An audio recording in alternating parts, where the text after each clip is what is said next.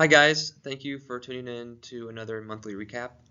December capped off a really good year for the market.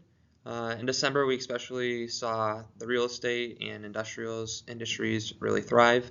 And with that, I'll hand it off to Josh to talk about our portfolio performance.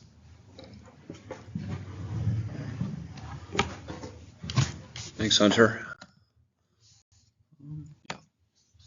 Okay, so our portfolio during the month of December did quite well.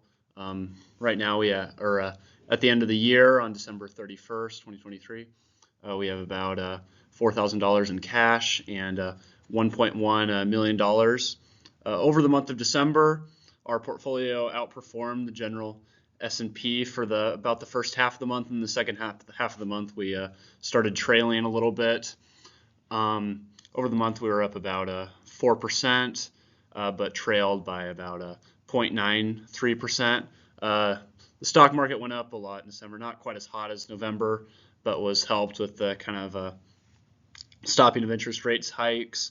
The S&P approached all-time highs and possibly looks to keep going strong into the new year.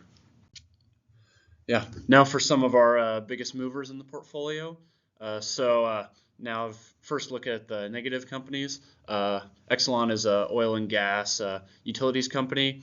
They were granted a 8.91% ROE by Illinois regulators, which was lower than the 10.5% that they expected.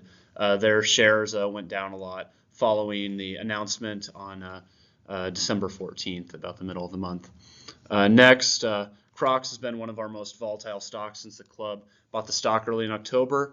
They shot up near the end of October, past $100 with the company's announced relationships with McDonald's and Burger King. However, in December, it was brought down along with Nike when Nike announced lower demand for their footwear products. They're still up over 10% since their purchase. We're going to continue to closely track the stock going into the new year. Next, we have CVS Pharmacy, CVS Health.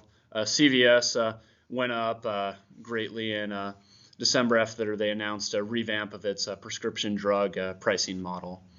Next, Public Storage and REIT real estate company. They followed the trend of the real estate companies in general in December, really performing quite well, sparked by the Federal Reserve's third consecutive pause on interest rate hikes and a prediction that they'll maybe deliver some rates in 2024.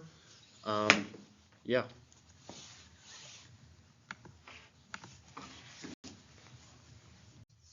Yeah, thank you, Josh. With that, we're just going to move into sort of what happened with the economy this month. Obviously, Josh mentioned the way that interest rates have affected the real estate market and industrials, and that's benefited us. We'll kind of just talk about really what has happened in the market for a while.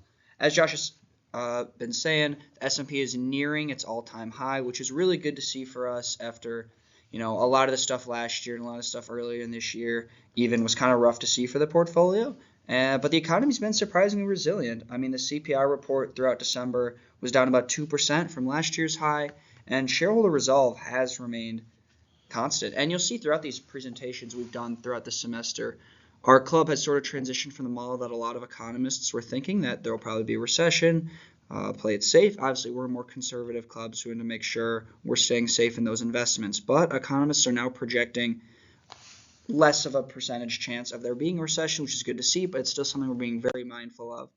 With the Fed holding those rates for the second straight time, it's just another big deal that has signaled that the Fed could potentially even be looking at cutting rates. 2024 or later to middle in the year is something we're probably projecting in DCM, but obviously that's something that could change. It's something we're going to continue monitoring to know where we need to be as the club to be positioning ourselves to be as successful as going forward. A lot of experts have been saying that the Fed will probably hold rates throughout that beginning of the year, but it's something we're just going to continue to be monitoring. Another thing we've kind of been doing is talking about a lot of concerns that have been happening still. As good as a lot of this has been sounding, inflation is calming, but the biggest concern is what is going to happen with the federal funds rate.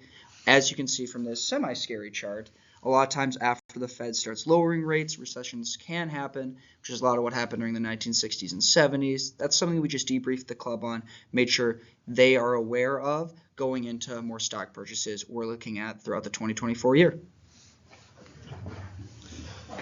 Well, thank you. So, in December, we did have a guest speaker, John Leder. He is the CEO of Supreme Steel and also serves as the chairman of the Alberta Iron Workers Pension Fund. So John was a really awesome guest speaker. He had a really fascinating story about starting Supreme Steel and growing up in that business. And then he also spent some good time discussing his involvement in the pension fund industry and the investment strategy that the Alberta Iron Workers Fund takes on. He was also able to provide us with some investment advice for just stuff that he's learned as being a CEO. So I just wanted to close by thanking all of our board members and donors. You guys enabled this club to function, and you really give us students many opportunities with this club. So thank you.